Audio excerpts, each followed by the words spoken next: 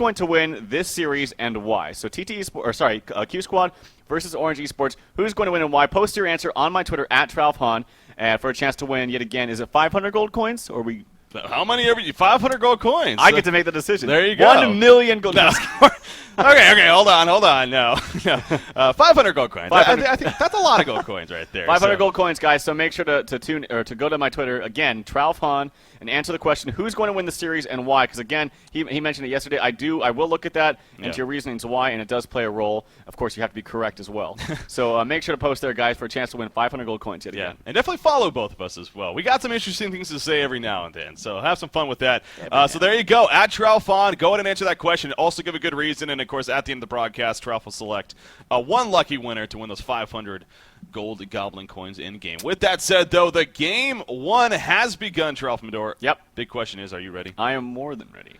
I am more than ready myself. Hopefully you guys are ready because we are now jumping into game number one here between Orange Esports Malaysia and QsQ357. So, of course, Orange is going to be on the Legion side. QsQ is going to be on the Hellborn side. And the locking stage, in fact, has already started. So the blind bands, we are looking at Jerizai and Pharaoh coming out from Orange Esports.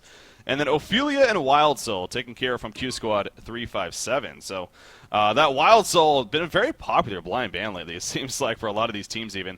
How about that Pharaoh, though, coming out from Orange Esports? That's something that stands out. That's really – maybe they've just done some research. I think, if you remember yesterday or the day before, we cast a game where Jonas and Fan, I want to say, was playing Pharaoh. But I actually haven't looked at his recent games, and maybe they scrimmed a lot because I don't see any Pharaoh on his recent play. I'm going through. I swear to God that Jonas and Van played Pharaoh, and we mentioned it. One game. Do you recall that? I really do. I mean, his top played on it here is 10% Pharaoh, so you would but like to think that that is a very good possibility. I am trying to recall, and of course that would have been against Dendy's Jungle Devos, I believe, in the previous round when they defeated them. So I think you're right, but yeah, again, but for Orange Esports to blind ban Pharaoh, it's still interesting. That says something. Yeah, no, it's still interesting. I don't know if I really necessarily agree with that, but the other blind bans are pretty predictable. Now the rest of the locks have finished there. We got Tempest, Tundra, Aluna, Pebbles, Miraxis, and then finally that Parasite. Parasite's a hero that we've been seeing a little bit. It's very effective if you're doing an aggressive tri-lane with him, and you throw him up there in the long lane. Something like that, especially also when you know that the other team is going a jungler. Yeah. Parasite's good to to be aggressive against that. So yeah, very, very strong lock pool. It's all said and done. All 6 of those heroes, a lot of potential to be picked up from either one of these teams. Of course, only 4 heroes in total will eventually be picked up, leaving those 2 heroes left over. But hey, the 4 heroes that we get, again, going to be very powerful. Fade, Draconis, and Plague Rudder are so far the 3 bans here between both of these teams. So we'll see how it finishes off halfway down here through the regular banning phase. Seeing that Draconis being banned, I'm sure a lot of people, well, both of these teams, even you could say, are kind of happy about that, let alone perhaps some spectators. I know we've been seeing him a lot here on the competitive scene really over the last month and a half, 2 months even that he's been out. And man, oh man, is he just such a dominant carry hero. Now, he hasn't won every single game, but it even seems like in losing efforts, he'll still have for some pretty crazy gold per minute. So seeing that Draconis ban, not going to have to deal with that today, at least here in this first game. Of course, Dark Lady and Mage Bane, some more carry-style heroes, going to be banned as well. And now the final ban coming up for SQY over here. Of course, Silhouette still open. Forsaken Archer, as who we've been classifying as well, even as definitely a very, very worthy heroes being picked up here on the competitive scene. So Nymph4, though, is going to be the final regular ban. So a couple of solid carry options still left on the board, amongst other things. So we'll see what the first pick here is. Yeah, I know Draconis is a popular hero for, well, pretty much any competitor at this point, but especially Orange Esports. I know they love to run him. Silhouette is definitely in that pool. It seems like I'm adding an additional hero to that group of hard carries that I once talked about. It was originally 3, and it was Dark Lady, Mage Bane, and Silhouette. I added Draconis very, very quickly. Yeah. And now Forsaken Archer seems to be kind of in that group as well. But there is a first pick, Glacius. I do love that. It's a very, very strong laning support, one of the strongest. And they're going to go with the safe pick right there, and I definitely agree with that. Yeah, you really can't argue against that, especially with, well, Aluna's locked. And then even Nymph4, of course, being banned. So definitely very powerful support still optional to be picked up. And sure enough, first pick there from Orange Esports. I will say, Polywalk Priest is definitely a hero that I'm looking at, too, as a possible for really either one of these teams. Especially seems like Orange Esports of Malaysia definitely loves to run him. So we'll see if he eventually gets picked up. Bubbles is going to be the first pick coming out from QsQ357. followed up by their next pick, which they have yet to do yet. There we go. It is going to be Voodoo Jester. And, of course, the thing with that is if it was any other team but Q Squad, maybe you'd be scratching your head a little bit. But it's QsQ357, and they have shown that they love to run Voodoo Jester. Yeah, and I've given my reasons as to why I like him, why I still am kind of not completely sold yet on the hero. And the main reason is he's not a support hero that has any kind of burst. I mean, when you compare him to something like a Luna, even a Glacius for that matter, Glacius with a level 6, when he has that ultimate up and ready to go, it does so much damage. Way more than you think now, especially after they buffed it quite some time ago, but it still seems like a recent buff to me. But anyway, he does a lot of damage. Voodoo, not so much. Yes, the Curse of Ground can do a lot of damage over time, especially when you untank heroes specifically. But as far as initial burst, it's not really quite there. Now, yes, the casks are very, very strong in team fights if placed correctly. But normally by that time, you don't have it fast. Like you want to level up your Curse of Ground, so by the time you have max level casks, you're like level 9 or so. Yeah. And it's just one thing to think about. I still think it's very strong. Not the strongest laner as something like a Glacius, but it can still work, and it just fits Q Squad style. So. Yeah, again, SQY, the one that very likely will end up playing that in the end here for Q Squad. Of course, he's their go-to support player, and he loves to run it. So, and he is the captain after all. So, of course, his decision in loving to run that Voodoo Jester. Behemoth and Forsaken Archer. Of course, yeah, the follow-up picks for ORGE Esports Malaysia. So that's how they're going to finish off the regular picking stage here. So they do go with that Forsaken Archer carry choice.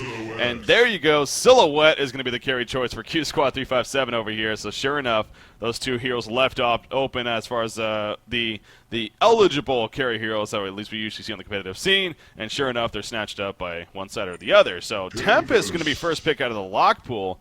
And now Q Squad has their 2 picks to go into the lock pool. That was a really great pick, smart pick by Tempest, or sorry, ORGE Esports picking up that Tempest.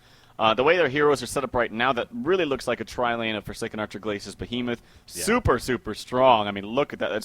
That'd be so hard to deal with with any other kind of tri-lane. Tempest, I'm suspecting he's going to be solo in the suicide lane. Now, they could also be aggressive with that tri-lane and do a solo Tempest in the short lane. That would work too. But either way, look at all the heroes that are left in that lock pool. You got Tundra, Luna, Pebbles, Meraxis, and Parasite. 4 out of 5 of those can solo effectively. So picking up the Tempest first was a smart pick. Now, Q Squad, they respond with a Tundra Parasite. Yeah. So they're going to have probably a tri-lane of their own, a pseudo tri-lane of Voodoo Jester, Silhouette, Parasite in the jungle, and then a Suicide Bubbles, a solo mid Tundra. So quite standard there as well. Yeah. Again, that is such a powerful lock pool together. So, really, I mean, being the 4th and final pick here from the lock pool, if you're ORGE Esports, you still get a Luna, Pebbles, and Meraxis to choose from. I mean, it's not too often you get something like that to choose from. So we'll see what they finish with. As you were talking about, you know, if that is the case, they set it up like that, they can still use a powerful solo mid, and really Pebbles or Meraxis, definitely 2 heroes that come to mind if you're looking to do that. So something tells me trying to decide which hero out of those 2 they want. If they want to go more of a beefy route, of course, Meraxis would fit that. If they want more of a snowballing chance, then, of course, Pebbles will fit that very well himself. So, excuse me there. We'll see what it comes down to. It is going to be Meraxis, so they want a little bit more of the tanky power, but, of course, still a hero that's powerful when initiating with that portal key. Jumps in, activates the ultimate, and gets a good AoE stomp off. So, solid finish, to say the least, coming out from ORGE Esports Malaysia over here. Looking at both of these rosters, I mean, do you have an advantage on either side? Do you think both teams did pretty well here, Drew? They're pretty damn even, honestly. Yeah.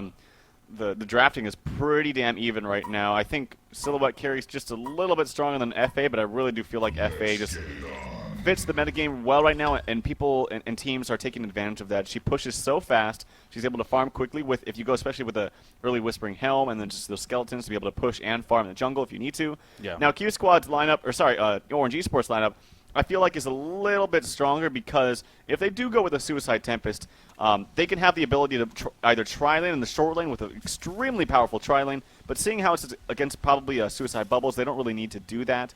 So they could do a dual lane mid and then a dual lane bottom and basically win both of those lanes, as well as having a strong Suicide hero in Tempest. And yep, that is going to be a Suicide Tempest. He's getting up there trying to place that ward, but Q Squad's doing a great job already responding, trying to get up there before Tempest does. Yeah, Tempest is running up there, but at this rate, it doesn't look like he's going to be able to get there in time, especially look at Parasite. He actually goes the boots first build even You were talking about this the other day, the possibility for this, how, especially against an Ophelia, it's good for Parasite, to chase down Ophelia's creeps and eventually infest them, but they're not going up against an Ophelia. Do you still think the boots first here for Parasite is a smart choice? Yeah, that's a good question. I still think it's fine. He doesn't need much mana, honestly, to be able to farm effectively in the jungle. And a lot of people get into the habit of buying a first item ring of sorcery, but I just think it's too much. I feel like you have just a surplus of mana that you don't need.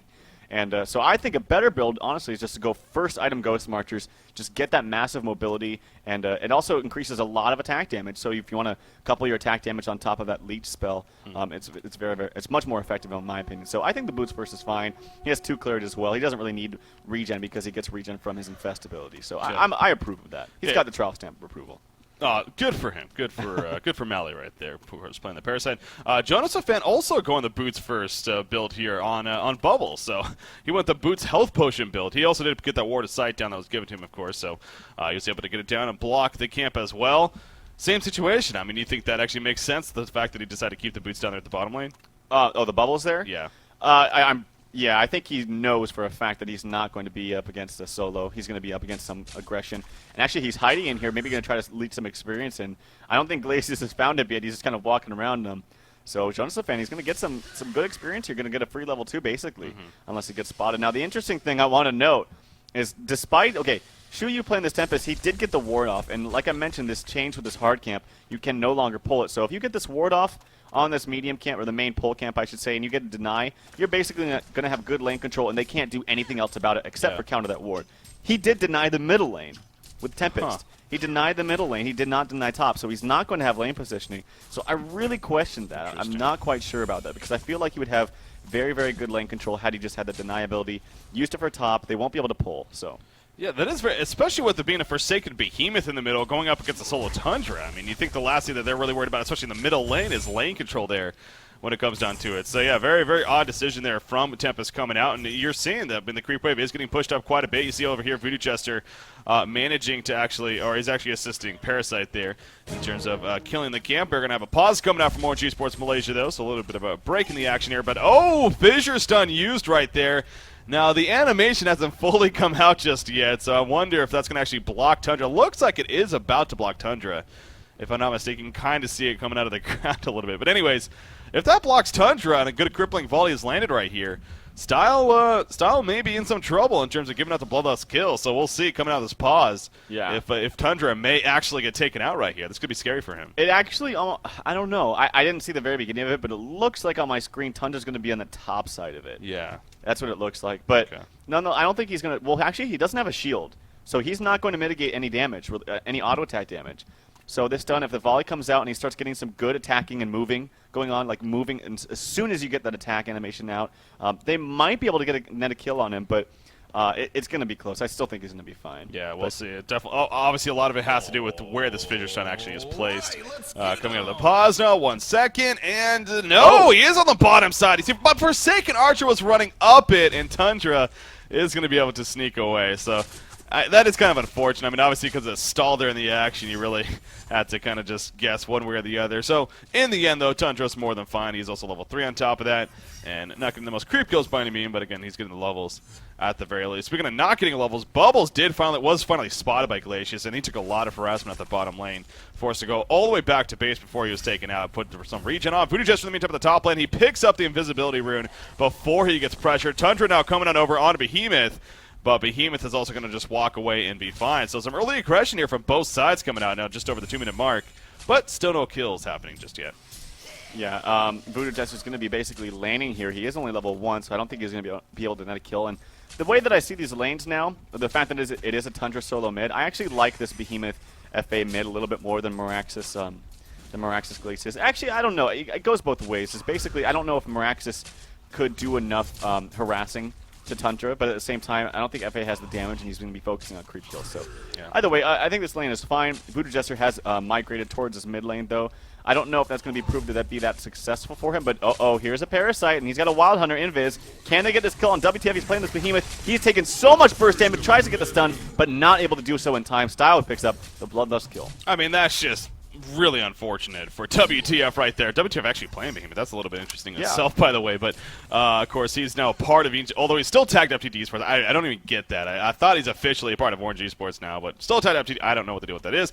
Anyways, that was just unfortunate because both the Wild Hunter Invisibility and Voodoo Jester happening to have the Invisibility rune still sitting right on top. I mean, he thought it was a 1 versus 2. Instead, it was a 2 versus 3 in the other team's favor. So, yeah, that was just a great execution at the same time coming out from QsQ357, and, of course, very deserving of picking up the Bloodlust kill right there. So, of course, Bloodlust kill did go in favor of Style as well, playing the Tundra. He's got the early bottle. He's going back to base right now. I believe he's going to have boots here as he purchases the Homecoming Stone, but I believe he also got the boots. Yeah, he's going to port back to mid and have the boots delivered. So, very good start here for QsQ357. Speaking of a good start, Horseball here on Silhouette. He's also looking pretty damn good up here at the top lane, as you may expect, though. 21-7 compared to this 8-5 Tempest right here. And he also has a 2-level advantage. Now, the lane is getting pushed up a little bit, but you see the damage coming out right there onto QsQ playing that Tempest. He is forced to fall back. Meanwhile, in the jungle, Glacius going to get picked off here as both Bubbles and Tundra roaming over to pick up the kill. The Fissure block, it goes on the other side of Tundra, though. Bubbles going the other way already. And he does not have enough mana for a Shell Surf just yet, though. He needs 150 mana. Behemoth pounding an auto attack. Zax is going to miss right there. There's a stomp coming out as Forsaken Archer. It looked like he actually got stunned. But Bubbles should be fine in the end. He should be able to Shell Surf here now. And there we go. So a lot of chasing going on. Meanwhile, at the top side, QsQ is going to be taken out as Melee on Parasite chases him down. So a lot of pursuing going on, but in the end, it still remains in favor of QsQ here. I mean, the fact that they had all 4 of these heroes from the mid, from the bottom, kind of trying to track down this Bubbles, but still weren't able to do anything. That wasted so much time. All in the meantime, they got to kill their Suicide Hero, and at the same time, Silhouette is just free farming this lane, pushing this tower, or at least getting a little bit of chip damage on top of that. Yeah. But yeah, things are looking really, really good early on here for QsQ. Yeah, I mean, again, 3-0 hero code advantage. We're now just over the 5-minute mark, so no doubt the early game is in their favor. Now, you know, looking at some positive news for the Legion team, you mentioned 4 of the heroes, including Moraxis, he was trying to help chase down that Bubbles. That did miss out on a lot of farm time for him, and although he still is at 27 and 21 overall, so actually a very solid creep farm, and he is nearing that 300 gold per minute mark now. So that is the good news here for Orange Esports Malaysia, as well as Forsaken Archer, also having a pretty solid start himself. But Silhouette, no doubt, is the one that's having the free time here at the top lane, and definitely starting to take off. And yeah, look, speaking of the top lane, big dive attempt coming out. We see the stuns happening right there, though, onto Silhouette. So she's going to be forced to fall back a little bit. And from behind, there was a flank attempt for Voodoo Jester.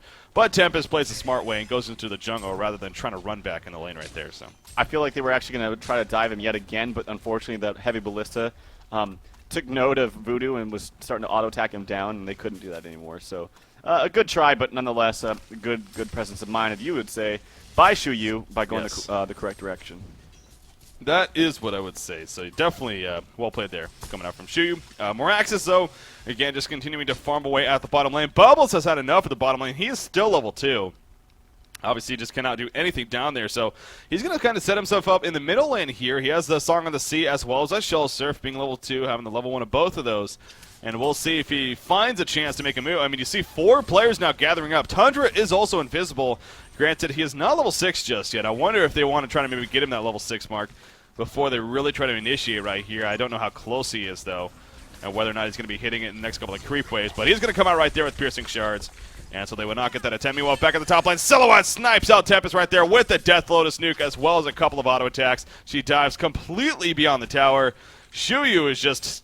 he can't get anything going here at the top lane. Great aggression coming out from Horseball and Silhouette. I gotta say, it really goes back to the fact you're denying mid after you've already gotten the word to cancel the main pull camp from the Hellborn side. It just doesn't really make sense to me. You're going to have perfect lane control. You're going to be able to continue to deny with your conversion or your elemental spell.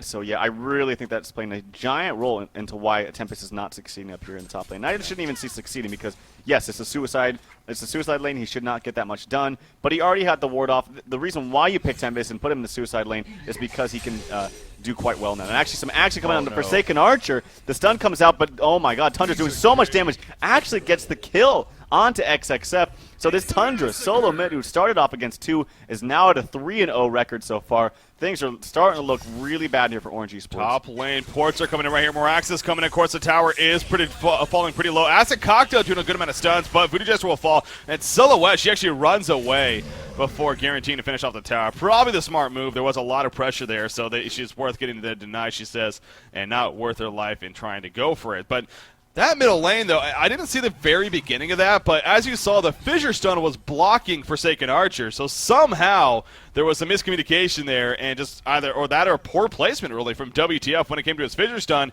and he ultimately set up the kill on a Forsaken Archer, because if it wasn't for that, Forsaken Archer should have more than been able to walk away right there and be fine. So Stahl took advantage of the situation right there, and of course got, as you said, his third hero kill. Now, the fact that he is 3-0-0 here, being a 1 versus 2 in the middle lane, I mean, yes, technically it has been a 1 versus 2 the whole way through, but you get the point where that's at least how it started.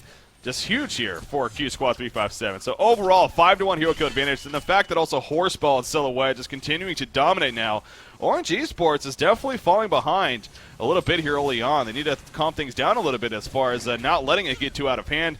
You do look at the positive once again, though. Moraxis is farming 325 gold from it himself. But look at this. Triple stacked jungle here is actually going to be stolen by Tundra and Bubbles actually in the jungle. So that is really unfortunate for the Legion team as well. Yeah, definitely. I mean, when you go through the time and effort to get those stacks and then it's taken out, especially this early on, it's always devastating. Yeah. I'm actually surprised that the Golden Experience isn't more in favor of Q Squad, despite, I mean, they're doing so well right now. They are at a 5-1 kill lead, but it's 3K gold, 2,600 experience, so it's nothing like snowballing out of control just yet. Yes, they're definitely on top, but there are still great signs for Orange Esports. Obviously, Moraxis is farming very, very well. FA was doing okay until that kill that happened to her in the mid lane. But you compare that to Silhouette. Silhouette's got the highest farm in the game right now. Yeah. And overall, their team being Silhouette, Tundra, Bubbles. I mean, Tundra Bubbles in itself is so strong for anti-pushing. It's so strong for ganking. Both of those ultimates synergize very, very well. They're looking really good right now. I think when it comes to the team fights mid to late game, though, I think that's when Orange Esports is going to do just fine as long as they get their core items, especially on this Tempest, who has had a very, very rough game so far. Yeah, nice block here with the Fissure Stun coming up from Behemoth, but the tree drop of a Silhouette is like, see you later, bitches. I'm going to go out of here. And she accomplishes the escape. So obviously a good idea there from Behemoth, but when you have an ability like that tree grapple, she doesn't really care too much about being blocked. So very good getaway in the end, coming out from Horseball right there again on Silhouette. She is just absolutely dominating right now. The Steam Boots Sustainers finish, the Ring of the Teacher on top of that. So well on her way to her Rune Cleaver. Just kidding. Her Nullstone. That'll, of course, be very effective for her. Galatia's right now kind of free-farming the bottom lane a little bit. He's trying to take advantage of maybe some levels and some decent creep kills. Of course, Wang Wang on Moraxis here. He is roaming back towards the bottom lane after being in the middle lane a little bit. Meanwhile, at the top lane, actually, initiation on a Shuyu once again. In came the Wild Hunter Parasite, I believe. Yes, it was a Wild Hunter Parasite. Of course, the assistance from Silhouette, and set up yet another easy kill. Shuyu now has 3 deaths himself. And again, I mean, his GPM honestly isn't horrible, especially for the circumstance, but still, it's obviously struggling because main part of the deaths that he keeps on having. So very good pressure being applied here from QsQ357. Again, Wang Wang here on Morax is really going to be a key factor, you think. I mean, right now he has 1,700 gold saved up, actually, and is pressuring this bottom tower a little bit. So if he can get that portal key here shortly, which it looks like he is, maybe that's where Orange Esports is going to start making things happen now. Male has a codex right now if he wants to purchase one. This Parasite will have a codex 11 minutes in. That is just devastating. He's got the Ghost Marchers, the Neophytes book, and another 1,000 gold to boot. And actually, Moraxis, just as you're talking about him, is in a lot of trouble, but just it looks like he's paper right there, and they just cut through him right there. SQY actually gets credit for the kill on that Voodoo Jester, so it's a little good gold boost there for him. But yeah, things are just... When I see a sign of life there, Moraxis is very, very close to his portal. He dies just like then. It really does seem every single time we talk about somebody, they just die. It's the karma factor. Yeah, I apologize to Wang Wang because I was, just saying how good he was doing and about doing the portal key, but sure enough, he gets ganked within the next 30 seconds. There's that codex purchase by Parasite, which I find just ridiculous. I mean, we're now 12 and a half minutes in. The fact that he already has a level 1 codex. Again, he went that build, though, kind of, as we were talking about earlier.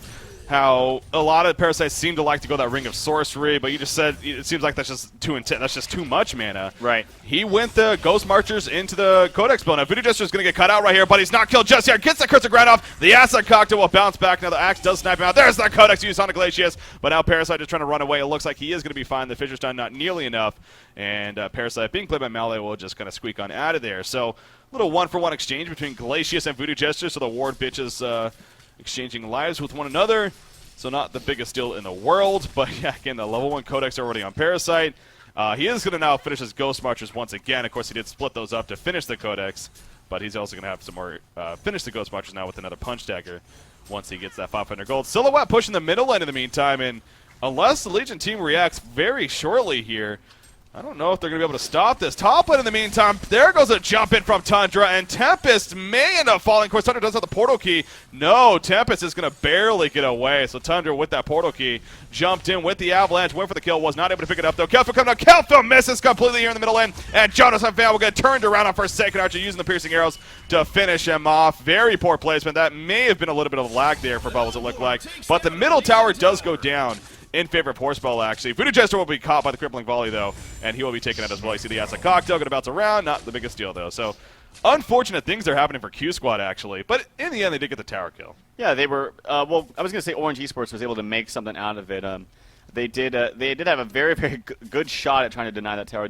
Weren't able to do so, but still were able to get some good kills out of it. And like you said, Tempest escaped there. It was very, very close. Tundra, by the way, has a portal key picked up. No upgraded boots just yet, but I don't think he really needs it. And yeah, that Kelt field was unfortunate by Jonas and Fan, but nonetheless, Q Squad still in the lead, 5K gold, 3K experience. They're looking pretty damn good right now, but I think it's really going to be I think this Parasite's going to be the bane for pretty much everyone on this Legion side. Now he's actually finished his Ghost Marchers yet again. Of course, he did break them up to make that very, very fast Codex. But right now he's going to have the mobility on top of the mass burst damage that is Parasite. He's in the base right now, but expect to see lots of aggression coming out right now from Q Squad. Yeah, look at this. Triple stack Ancients on the Legion side are going to be stolen by the Hellborn team. That is always so unfortunate, especially this early on in the game. I mean, this is just huge right now. Silhouette, and it's really as a team, it's spreading out the far, but that's not what they're worried about. They're just worried about getting the kills for themselves and not letting the Legion team do it, and that's exactly what they're going to accomplish right here. So really unfortunate for Orange Esports Malaysia that they weren't able to spot this in time. You see Tundra has the illusion out here to kind of spot them incoming.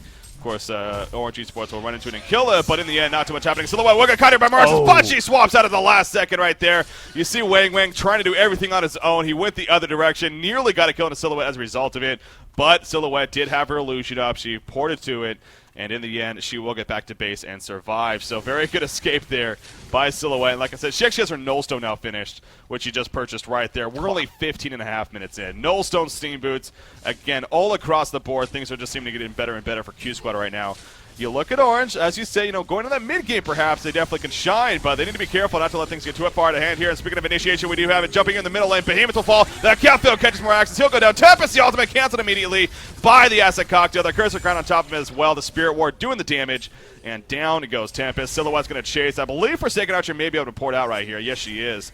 And that'll be the end of the fight, it looks like. But another big fight coming out from Q Squad as it ends up being a 3-for-0 exchange. I thought maybe Behe could have done something with that problem that was happening with the early initiation, good initiation from Hellborn team. I saw Behe trying to cancel the follow-up. That's what you have to do on Behe, but unfortunately, Melee on Parasite literally burst him down from full to nothing. Yeah. And canceled him actually mid-animation with that face hug. So good job by Melee. Unfortunately, Behe wasn't able to really cast a thing in that fight. Needs to maybe think about keeping his position just a little bit further back so he can actually get those spells off. But after that fight, that really puts Q Squad in the lead if they weren't before. Yeah, 8,600 gold lead, 7,500 experience lead, and we are now just approaching the 17-minute mark, really. So Q Squad 357. I mean, if I was to take a poll before this match and really get the community to say who they think is going to win the match, in fact, you kind of did with your Twitter thing, obviously. So right. Something tells me the majority of those say Orange Esports. It might be fairly close, but Orange is, of course, a team that's somewhat well known here in the competitive scene, and for good reason. But Q Squad, as I've said several times yesterday and going into this match here today, they have been impressing me lately, as I'm sure they've been impressing some people in the community, looking pretty strong. And right now, they're in a pretty comfortable lead here in game number 1. here in this best of 3. So all the props definitely deserving to them. But again, if you're ORGE Esports Malaysia, calming things down, I keep wanting to reiterate what you said earlier, how this is a very powerful team fight team. This is a good mid-game team here on ORGE Esports Malaysia. So if they can calm things down enough and not let them get too out of hand, by all means, they still have a good shot in this game. But we do see another jump here in the middle lane for Second Archer. Going to be the one jump. There goes the counter initiation from Moraxis, but the cursor grabs applied for Second Archer. Will end up dropping. Behemoth ultimate is going to be used, but Tundra will live in the end, it looks like. And a great kill field coming out from Bubbles. Glacial Depth we're going to be used, but Mr. Ghost will fall shortly after. And it is cleanup squad here in the middle lane in favor of QsQ357. Tundra the only one to fall, and it ends up being a genocide. 5-for-1 exchange. Yeah, things are just getting out of hand now. It's looking really, really bad now for ORGE Esports if it wasn't even before. But, yeah, I was going to say, yes, they do have good team fight, as I mentioned, and it really comes down to getting those core items. But the fact is, when you're playing up against a Bubbles Tundra, especially a Parasite that had 11-minute codex, you're not even going to have the opportunity to team fight because one of you is going to get picked off before the fight even begins if the Hellborn team plays it properly. And that's normally what happens. I mean, right there, they jumped on Forsaken Archer. You mentioned the counter initiation coming out from Araxis was a great idea, but it just simply isn't enough at this point. They're down by too much to really do that. They're going to have to get some pickoffs. They cannot fight as a team yet. But getting pickoffs against the Tundra, who has a level 4 Shiver now, to give good map control and good map vision. I'm actually surprised with the warding. There actually isn't very much warding coming out from Q Squad, despite them being so far ahead. There's actually good warding coming out from Orange, but it really doesn't matter at this point. They're at such a sizable lead. They don't even need warding, to be honest, at this point. But, yeah, right now, for ORGE Esports to get back in this game, they got to get some pickoffs. They cannot fight as a team. What do you make of XXF here on Forsaken Archer going the Whispering Helm build? I mean, I kind of feel like they've been trying to force fights a little bit, and it's kind of funny because this is the same team that we gave them a little criticism against Complexity when they went a Madman who went a Shrunken Head early, but then decided to farm with it. Yeah. Now, with an item like Whispering Helm, you think you want to just sit back and play passive and farm with it, but it seems like that they've been pushing a little bit instead. So, kind of opposites here going on here for Orange. I agree with you, and more so, one of the great reasons, or one of the main reasons, I should say, why you pick up a Whispering Helm is for that Dominate effect. The Magic Dominate and taking over Creep, and he actually has not done that yet. The Ancients were stacked before, but I think that was done by his supports, and they were actually stolen. So maybe that's why he doesn't want to dominate one and stack, because he's afraid it's just going to be a free, 1,000 gold for the other team. But nonetheless, it's an ability that's not being used. And actually, some roaming coming out here. He's going to get initiated by Tundra. There's a very, very easy kill. Look at that burst coming out. Assistance from the Tundra Shiver, but I actually think it was the main warp from SQY here in the jungle that spotted him out. Good ward placement right there. But yeah, that's the name of the game right here. Just the fact that you have good wards, you have the Shiver to work with, and the mass burst between Tundra and Parasite specifically, you're not going to be able to find a team fight. And now here goes Kongor for the Hellborn team. Double damage, Silhouette going to lead the way. You see Bubbles at the top lane, a little bit of pressure, but he's able to pour it out before getting caught there. This Kongor is going to be killed. The Legion team has absolutely no clue right now what's going on. Silhouette just pounding away. She went Whispering Helm herself. She has actually already dominated a creep, which is a Skeleton King over here at the Ancients. And they're going to take out Kongor right now. So Token of Life will be on Silhouette now on top of everything else as far as going on in this game. Something else I want to talk about that pick. I mean, that was Parasite, obviously, a lot of burst for him. He didn't even use the Face Hug ability. That was the Leech and Codex alone that really did all that burst damage on top of the Avalanche and Piercing Shards, of course, from Tundra. But it's remaining to be a level 1 Codex. He is going to be going Hellfire, looks like, of course, picking up the Arcana first. And then we'll eventually need 2 more. But well on his way to that. Portal Key just purchased by Jonathan Fan playing the Bubbles. 21 minutes into this game right now. It feels like we're at least a half an hour in with the way the items are being picked up here on the Hellborn side. But a 17-5 to hero code advantage, I guess, will definitely help you get there. So ORGE Esports, man, I mean, they are definitely in a hole right now, to say the least. 14,000 and both gold and experience disadvantage, really, if not a little bit more. So they're really forced to, at a point, I mean, talked about it a little bit as far as the warding positioning right now from ORGE Esports. It's actually solid, but it's still that Shiver from Tundra, the Parasite just roaming around on those creeps can sometimes be hard to spot. I mean, and Bubbles now with the Portal Key, they're continuing to play very aggressive, and that's causing issues here for ORGE Esports, clearly. Yeah, and now Tundra has a bound eye on top of it. Here's the group up from Legion side. I'll let you take over, Brady, because I think something big is about to brew right here. Maybe not, though, so false alarm. But yeah, Tundra does have a bound eye on him, so that's a very, very effective pickup, especially on Tundra with that level 4 Shiver. Yeah. especially early on, if you just make the map completely black for the opposing team while having a massive amount of vision yourself and the burst potential from, I just keep going back to Parasite because he is basically going to burst down every single person on this team instantly. Actually, Voodoo Jester here with an Invis Rune spotting out all the heroes behind here. I think we're going to see some very aggressive play coming out. Well, here. yeah, he's keeping vision here for the Hellborn side, so if they do creep up a little bit, they're going to be jumped. In fact, Bubbles is ready to go. Bubbles is ready to go. Bubbles is ready to go. Is he going to go? Oh, I just feel like he's going to go right now. He does have a kill field ready. There we go. There's a cocktail. There's a critical ground. There's the Bubbles initiation. Tempest is going to be picked up right off the bat. There goes Behemoth. And Meraxis just falls back as, what the hell just happened? Well, you just got jumped, good sirs. And your tower got taken out on top of that. So 2 hero kills, a tower kill. Forsaken Archer is going to push the top lane in the meantime. But ports are, or at least one port's coming in, and that will just quickly force XXF here on Forsaken Archer to fall back. And only the 1 point. That's actually a big key because all 4 heroes for the Hellborn team, the other 4 heroes even, there's still pressure in the base. Now they're going to start falling back themselves and be fine with that in the end. So, I mean, it's getting so ugly now. 530 gold per minute here on Silhouette. That's just 23 and a half minutes in. It's not what you want to go up against here if you're the Hellborn side. So I know that they're trying and have every right to, of course, but I don't know if there's much of a comeback opportunity at this rate here. Yeah, we've seen several games like this. I mean, if you pull the GPM chart, you had it up just a second ago, but 4 out of 5 of the heroes on the Hellborn side are farming higher, I should say, than every single hero on the Legion side. The only person that doesn't have farm above the highest one on Legion side is Voodoo. And even then, he's contending. 250. Yeah, exactly. So that just tells you the name of the game right now. And actually, Tundra looking to put a gank here on this Meraxis. Meraxis, despite having the ultimate, he is only level 10. He doesn't have anything more than the Steam Boots, so he's not as tanky as you think Meraxis could be. Oh, good counter blink there coming out, but there's the ultimate. No, he actually spent the mana on the piercing shards. I feel like he could have used his ultimate right there with the Shiver, giving some vision, but unfortunate. But good getaway by, who's that? Wang playing that Meraxis. Yeah, I was actually curious what would have been kind of cool by Morax if he actually pressed W before he ported there. So if the Avalanche did come out, if that would have been pretty epic. But anyways, he got out nonetheless. That's what matters, of course, for Tundra, or excuse me, for Moraxis. So good for him. Top tower is going to be pressured by Silhouette a little bit. It's going to go fall. Nice invulnerability at the last second. Now the illusion is still here. They need to be careful not to let the illusion get it. Okay, yeah, it's going to be denied right there by Wang on Moraxis. And so good for that. But, I mean, the tower is still dead. That's, of course, the bad thing. And, well, the middle tower, the middle secondary tower is the only outer tower remaining now here for Orange Esports. So, again, really only 25 minutes in. Bubbles is kind of sneaking up a little bit here on the side in the jungle. He's waiting to see if there's any opportunities to maybe gank somebody by himself. But, I mean, he's just used his portal key again. So he wants to make something happen up here. But he is by himself, and against the Meraxis, I don't see that happening. So maybe he's just waiting for either Glacius or Behemoth or some other squishy to come over here. But yeah, as you can see, that's probably not going to be the case. It's going to remain to be Meraxis for now. But Meraxis may be in some trouble because Tundra's also coming over. And with Tundra here, they definitely can kill him. So this could get interesting quickly now. Yep, they're going to initiate on him completely. I would think so. I definitely think they have the burst to take him down with all the spells being up.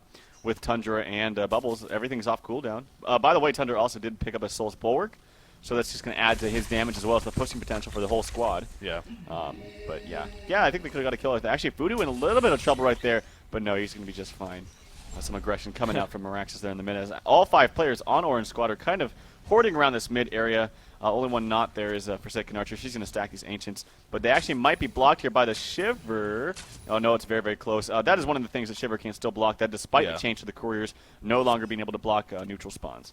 Yeah, and obviously that makes sense. I mean, that's a hero after all in his ability. So that definitely makes sense. Look at Tempest in the middle lane. 3 auto attacks from Silhouette and his illusions. And Tempest nearly falls, it seems like. Bubbles will jump in. Cuffman's going to land. In comes Voodoo Jester. There's a cannon from Tempest. The Tempest ultimate going off right there. A pretty damn good one at that, but 0 follow-up happening. Behemoth walked up a little bit, but he's like, nah, that ain't happening. Tempest falls. Behemoth just running away. Shellsurf coming out. He will get the finish shot off as Glacius also going to freeze Tundra, and Tundra is going to fall right here. In jumps Meraxis now, and Meraxis is out for blood, but unfortunately he's by himself, and just like that, the game's over. So GG Well Blades are coming out. Orange Esports realizing it just wasn't going to happen. QsQ357, they played that very well there in that first game, and very deserving of course, the victory. So congratulations to Q Squad.